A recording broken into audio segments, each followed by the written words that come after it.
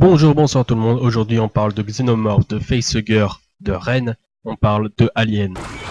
J'ai conscience que mes blabla en début de vidéo peuvent embêter, vu qu'à la base c'est une vidéo sur une critique.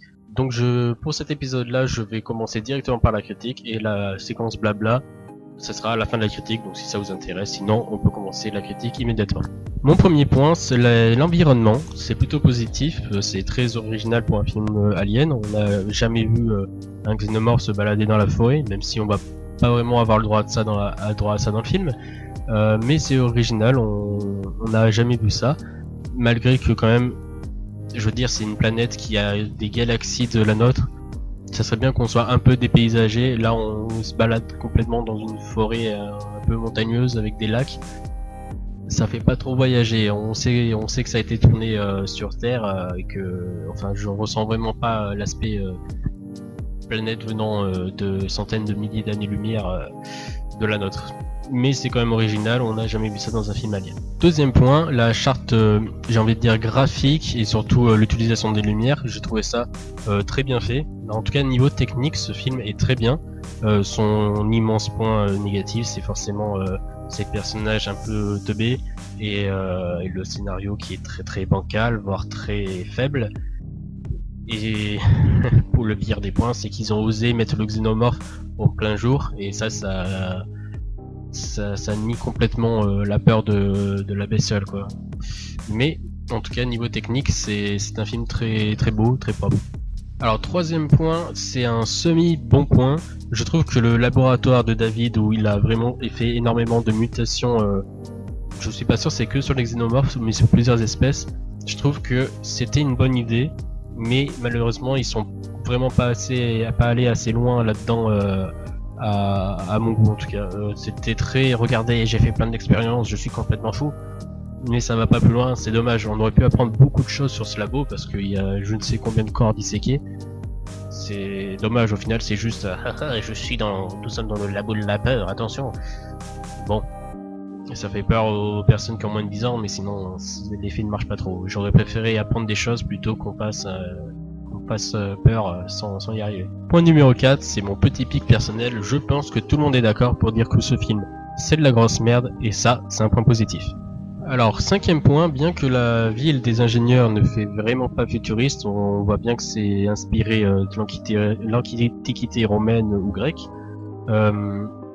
Bien que voilà, c'est vraiment pas futuriste alors que c'est censé être les créateurs de l'humanité, la ville en soi est plutôt bien organisée. Enfin, on sent vraiment qu'il y avait de la vie et que cette vie était cohérente.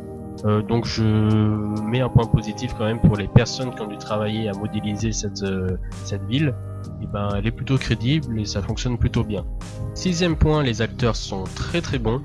Malgré la dope qu'on leur propose, et ben ils se donnent quand même à fond. Je mets une grosse mention spéciale pour Michael Fassbender, évidemment. On le connaît dans la saga Alien depuis Prometheus, et il est toujours aussi intéressant, toujours aussi bon dans son jeu sur le personnage de David. Et là en plus dans Covenant, il doit jouer deux personnages à la fois. Et ça marche plutôt bien. On sent vraiment qu'il y a deux personnalités d'Android différentes avec le même acteur, donc vraiment un gros point positif sur cet acteur, c'était un super choix de l'avoir choisi. Huitième point, c'est toujours intéressant de voir qu'il y a un lien encore dans ce film entre Android et humain. On voit que, j'ai plus le nom de l'Android du Covenant, mais il est très proche d'une femme et il sacrifie même une de ses mains pour la protéger. Donc on se dit, est-ce qu'un Android est-il capable de ressentir l'amour, la compassion ou quoi que ce soit?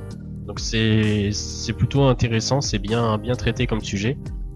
Mais je préférais quand même le duo Dr. Shaw et David qui était dans Prometheus. Je trouvais que le duo était un peu... il fonctionnait un peu mieux. On a des sourires, on a limite... on n'en a pas, mais c'est limite si on aurait des clins d'œil entre eux. Ils sont très complices malgré que ce soit une humaine et un android. Et c'est plutôt bien que Covenant a gardé cette ligne directrice, c'est plutôt intéressant. Neuvième point, les scènes coupées, entre parenthèses, les scènes bonus qui sont disponibles sur YouTube sont plutôt pas mal. Bon, elles ont rien à foutre sur YouTube, normalement elles sont censées être dans ce putain de film, parce qu'il y a des scènes qui auraient vraiment grandement amélioré le film. Il y a une scène avant que notre tout premier personnage meure, je crois qu'il meurt avant même de se réveiller de son hyper sommeil. Et en fait, cette scène nous présente un petit peu les personnages avant, et au moins on sait qui est ce personnage. Ça nous donne une petite raison d'être triste pour lui, parce que là, avec les scènes retirées dans le film original, c'est ah, il y a un mec qui brûle. Je connais pas son nom, je sais pas qui c'est. Bah on en a rien à foutre, hein. Désolé monsieur Ridley Scott, mais quand on tue dans un film, quand on tue un figurant, on n'en a rien à foutre. Et 10e et dernier point positif pour moi, ce film pour moi est la preuve que Ridley Scott il ne devrait plus toucher un film à Alien. Vraiment, je sais pas, interdisez-lui de toucher à ça et laissez James Cameron continuer parce que je suis désolé mais Ridley Scott c'est plus possible. Regardez cette chiasse d'Alien Covenant. Sincèrement, si vous avez aimé le film, n'hésitez pas, dites-le moi en commentaire, essayez d'argumenter pourquoi vous l'avez aimé, ça m'intéresse. Parce que moi j'y vois que du négatif. La scène qui me tourmente, qui me fait faire des cauchemars encore, c'est lorsqu'un alien naît et il fait le signe de la croix. Il fait limite, il fait coucou à David, je crois, quand il naît. Je sais plus exactement la scène, mais je crois que David fait ça. Ah, vous voyez pas, j'ai regardé mon retour. Il fait ça, et l'alien qui vient juste de naître, il se dit « Oh, c'est mon papa, je vais lui faire coucou ». C'est une bête primitive dont son seul objectif c'est de massacrer des populations, peu importe si elles sont humaines ou d'une autre espèce. Elle va pas faire coucou à son papa, enfin c'est... Et ce gars a le droit de continuer la saga Alien, mais enfin bref, pour moi c'est un point positif que tout le monde devrait être d'accord, ou j'espère tout le monde est d'accord pour dire ce gars ne devrait pas avoir le droit de toucher à un film. Merci beaucoup d'avoir suivi cette critique. Alors j'espère que ça vous a plu. Ça a été très compliqué pour moi d'écrire mes notes. Là vous voyez sur un écran j'ai mes notes et sur cet écran là j'ai mon retour. Ça a été très compliqué de l'écrire. Je vois que l'exercice j'ai adoré mais est bien plus simple que j'ai détesté mais. Parce que là en plus je me suis attaqué Je me suis attaqué à quelque chose de très compliqué, Alien Covenant.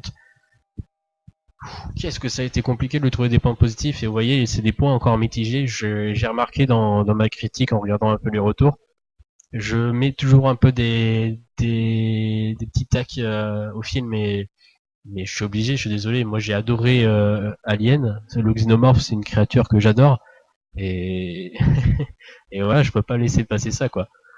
Merci beaucoup, alors on va passer à la séquence un peu blabla. Donc je vous invite à laisser un j'aime, un commentaire si vous voulez vous en arrêter là, sinon on se retrouve tout de suite pour la séquence un peu blabla. Nous voici dans la partie blabla comme je l'appelle, je sais pas trop comment appeler cette partie.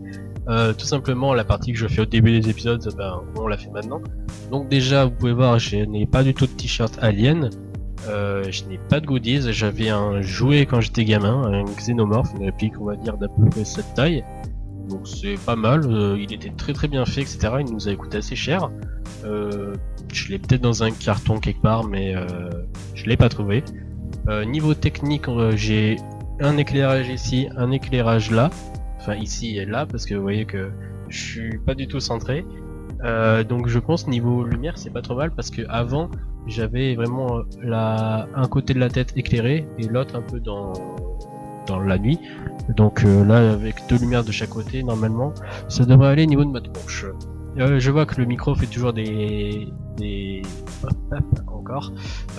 J'essaie de me démerder, de faire de mon mieux pour améliorer ça. J'utiliserai peut-être à nouveau mon casque avec ce micro. Au moins celui-là il a une mousse pour protéger le micro, donc peut-être que c'est pas plus mal au final, je sais pas exactement. Va falloir que je me démerde dans mes réglages, je sais que le son c'est super important.